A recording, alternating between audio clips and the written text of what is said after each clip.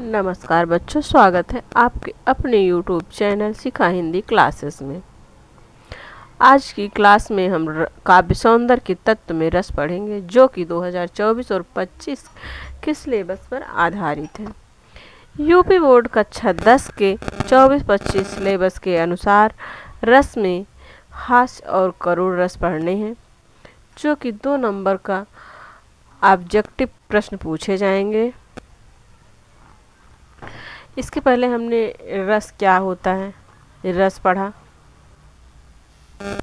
इसके पहले पिछली वीडियो में हमने रस की परिभाषा तथा रस के अंग पढ़े।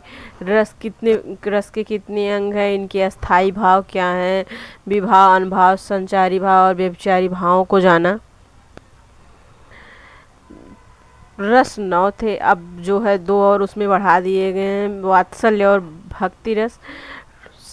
मिलाकर टोटल 11 रस हो गए हैं, जिनमें हास्य रस, इसमें श्रृंगार रस, करुण रस, श्रृंगार रस, हास्य रस, करुण रस, वीर रस, रौद्र रस, बीभत्स रस, अद्भुत रस, शांत रस, वात्सल्य रस और भक्ति रस। पहले 9 रस थे, अब 2 और आ गए, तो मिलाकर 11 रस हो गए। रसों की संख्या कितनी है? 9 है। और संचारी अस्थाई भावों की संख्या कितनी है? 33 है, जिसमें से हमको केवल हास्य और करुण रस पढ़ेंगे। हमारे सिलेबस में जो है जो हम पढ़ रहे हैं कक्षा 10 के सिलेबस पर आधारित है, जिसमें हास्य और करुण रस ही पढ़ने हैं। आइए देखते हैं हास्य रस क्या होता है। हास्य रस की परिभाषा जानते हैं।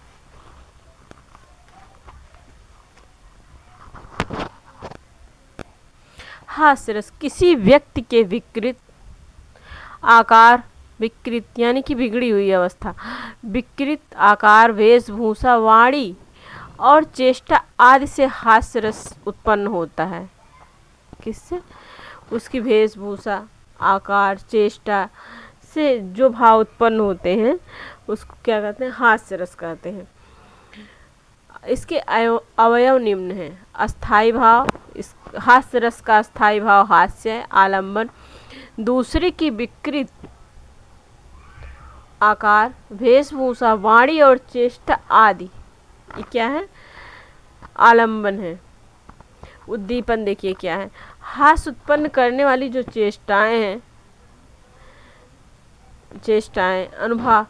अनुभाव देखिए क्या है? होठ, नाक आदि स्फुरण, मुख का विकसित होना, ये क्या है? अनुभाव है। और संचारी भाव क्या है इसमें?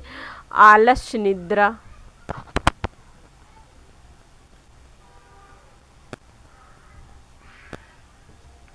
आलस्य, निद्रा आदि क्या है? संचारी भाव है। उदाहरण देखते हैं।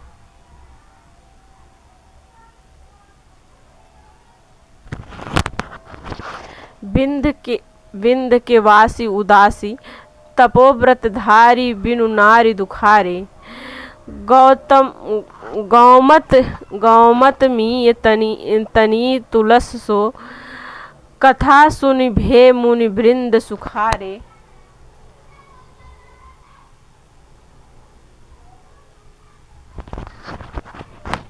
है शिला सब चंद्रमुखी पर से, पद मंजुल कंज तिहारे, कीन्ही भली रघुनायक जू, करुणा करि कानन कौ पगधारे। तुलसीदास जी इस पद में वनवासी साधुओं के कोमल परिहास करते हुए कहा है। तुलसीदास जी इस पद में वनवासी साधुओं के कोमल परिहास करते हुए कहा है कि विंध्याचल पर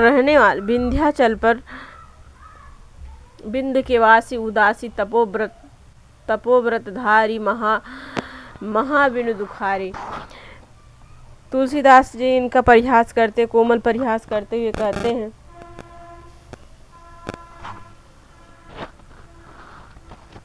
कि विंध्याचल पर रहने वाले उदास तपस्वी बिना स्त्री के अत्यधिक दुखी जीवन बिता रहे हैं। जब उन्होंने गौतम की स्त्री अहिल्या के तर जाने की कथा सुनाई, तो उन मुनियों को अत्यधिक सुख मिला। वे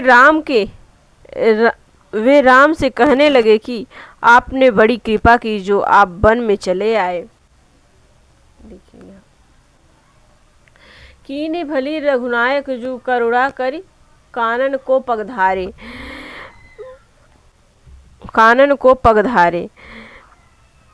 कथा सुनाई तो मुनियों ने अत्यधिक सुख मिला। वे राम से कहने लगे कि आपने बड़ी कृपा की जो आप वन में चले आए। हे राम, आपके सुंदर चरण कमलों के स्पर्श पाकर यहाँ की सारी शिलाएं चंद्रमुखी स्त्रियां बन जाएंगी। शिला सब चंद्रमुखी पर से पद कंजुल कंज तिहारे। हे राम, आपके सुंदर चरण कमलों को स्पर्श पाकर यहाँ की सारी शिलाएं चंद्रमुखी स्त्रियां बन जाएंगी और तब हमारा अकेलापन दूर हो जाएगा। हास्य रस दो प्रकार का होता है।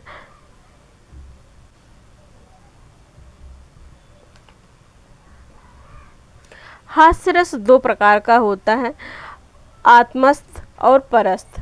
आत्मस्थ रस आत्मस्थ हास्य केवल हास्य विषय को देखने मात्र से उत्पन्न होता है, और वहीं जबकि परस्थ हास्य जो है दूसरों को हंसते हुए देखने से प्रकट होता है। हास्य रस क्या होता है आपके समझ में आ गया होगा। आइए चलते हैं करुण रस पर। करुण रस देखिए क्या है। शोक नामक अस्थाई भाव विभाव आदि के संयोग से करुण रस की उत्पत्ति होती है, परिणत होता है। इसके अवयव निम्न हैं। अस्थाई भाव क्या है? करुण रस का अस्थाई भाव शोक है। आलंबन प्रियजन के किसी भी अपने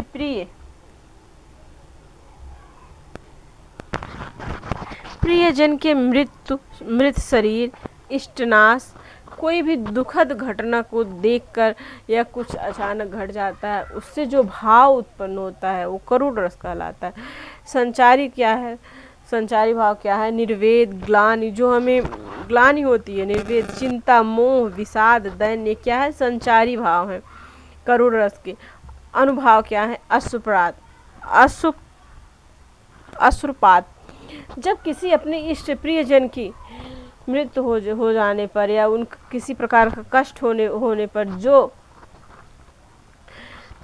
अश्रुपात आंसू निकलते हैं उसको क्या कहते हैं? अनुभाव कहते हैं। विलाप, वैवर्ण, शिथिलता, स्मृत लोप, क्या है? अनुभाव है। शोक नामक अस्थाई भाव विभाव आदि के संयोग से जो है करुण रस की उत्पत्ति होती है। आइए देखते हैं उदाहरण।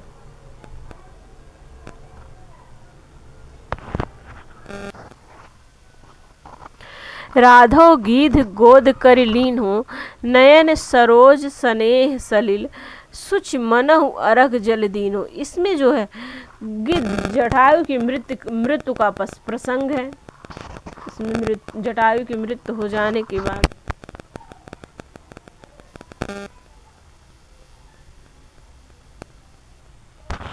यहाँ राधव गीध गोद कर लीनो, नयन सरोज स्नेह सलिल, सुच मनहु अरघ जल दीनो।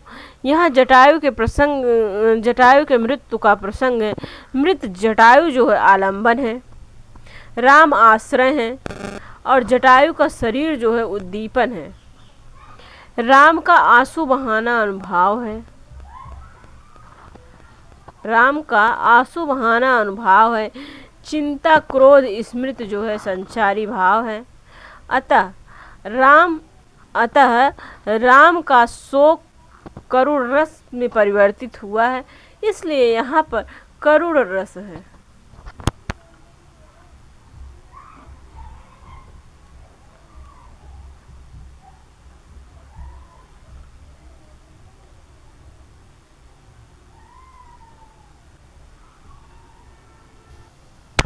अगला उदाहरण देखिए।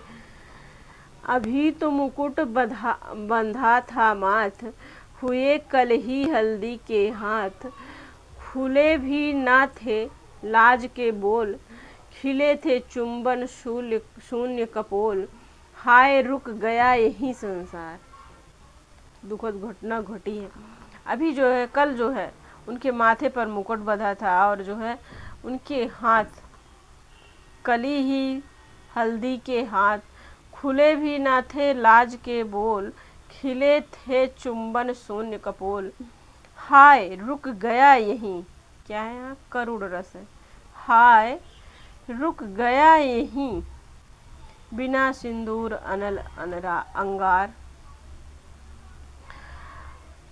वातहत लतिकावट, सुकुमार पड़ी थी छिन्न धार। इस पंक्ति में क्या है? करुण रस। यहाँ तक आपको समझ में आ गया होगा।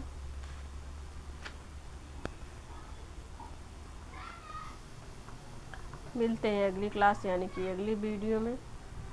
धन्यवाद। चैनल को सब्सक्राइब करिए, शेयर करिए और कमेंट करना ना भूलिए। जय हिंद दोस्तों।